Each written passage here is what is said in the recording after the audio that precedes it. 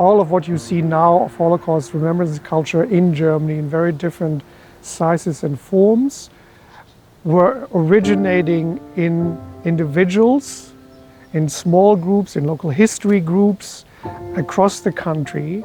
There was always resistance, there was always the pushback to do what you in German is Schlussstrich. So you say, we discussed enough, it's done, we don't need to remember that. But fortunately, that push to finish the history, to finish remembrance, never really got ground. But it was a long battle. I think the first discussion started in the late 1980s, led by a TV journalist, local historians, that urged the German government to honor the Jews and to give that memorial a special place in the city. And that started in the late 1980s. And I think it took about 10 years, and then the Bundestag opened up. So the German parliament opened up to that idea.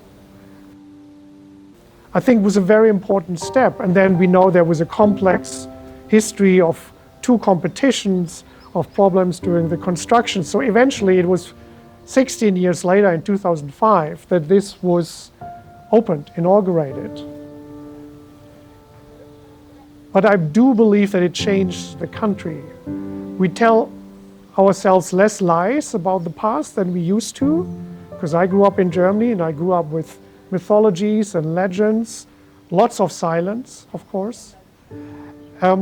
And because it is so close to the German parliament, it's in the center of the German capital, it really is a cornerstone, I think, so far. We don't know about the future. The German governments feel very responsible and say, this is where we come from. And that is orientates us how we try to be different in the future.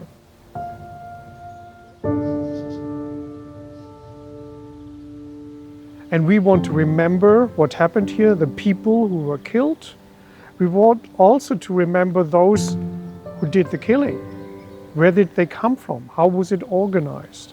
And you see, on the other side, there's always resistance against that.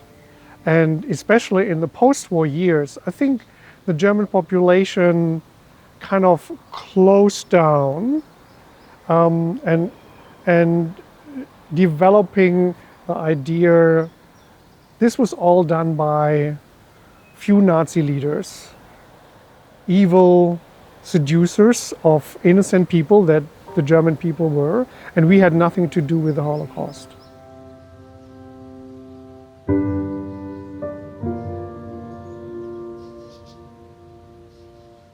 How do you behave with this monument that is so open to interpretation? That doesn't have an entrance, that doesn't have an exit, that doesn't tell you what it is and what you need to think, but basically is this open question. And not everybody is behaving appropriately. And Peter Eisenman, the architect, reacted to the discussion and said, well, the monument is what people make out of it. If they don't behave proper, then this is their relationship to the monument. And he didn't want it to be guarded or policed. But then, of course, this is a practical, there are practical questions. You saw how tall some of these stelae are. So you have kids who jump from one to the next, and suddenly they are standing on 4 meters, and they don't know about it because they didn't think about it. So it's dangerous. It's also, in many eyes, it's not the right way of behaving at the monument. And I had these discussions with many tours, many groups that I brought to the monument that they said, somebody should do something. Somebody should go to that person and say, come off. And so I shared what Eisenman said, but also said, well, you can go there and say, hey, this is not appropriate. It's just a communication, a dialogue. And I think this monument has this openness, and I find that interesting because people need to make up their mind.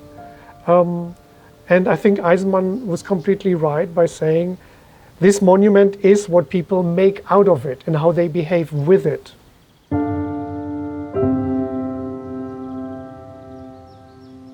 The memorial to the murdered Jews of Europe, in that sense, is a very clear gesture, because it's a wide field of saying this happened. We honor these 6 million Jews that were killed in the name of the German people by the Nazi German government. And this is something that for us is a marker that will orientate our future government policies.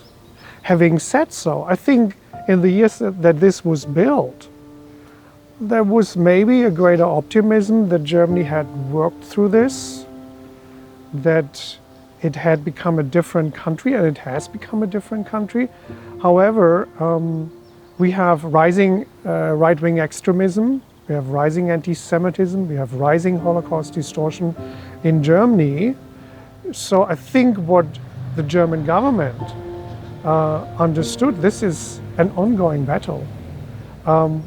If you have at the moment nearly 20% of voters who would be willing to vote for a right-wing extremist party who is ripe with anti-Semitism and Holocaust distortion, then there is a lot of work still to be done.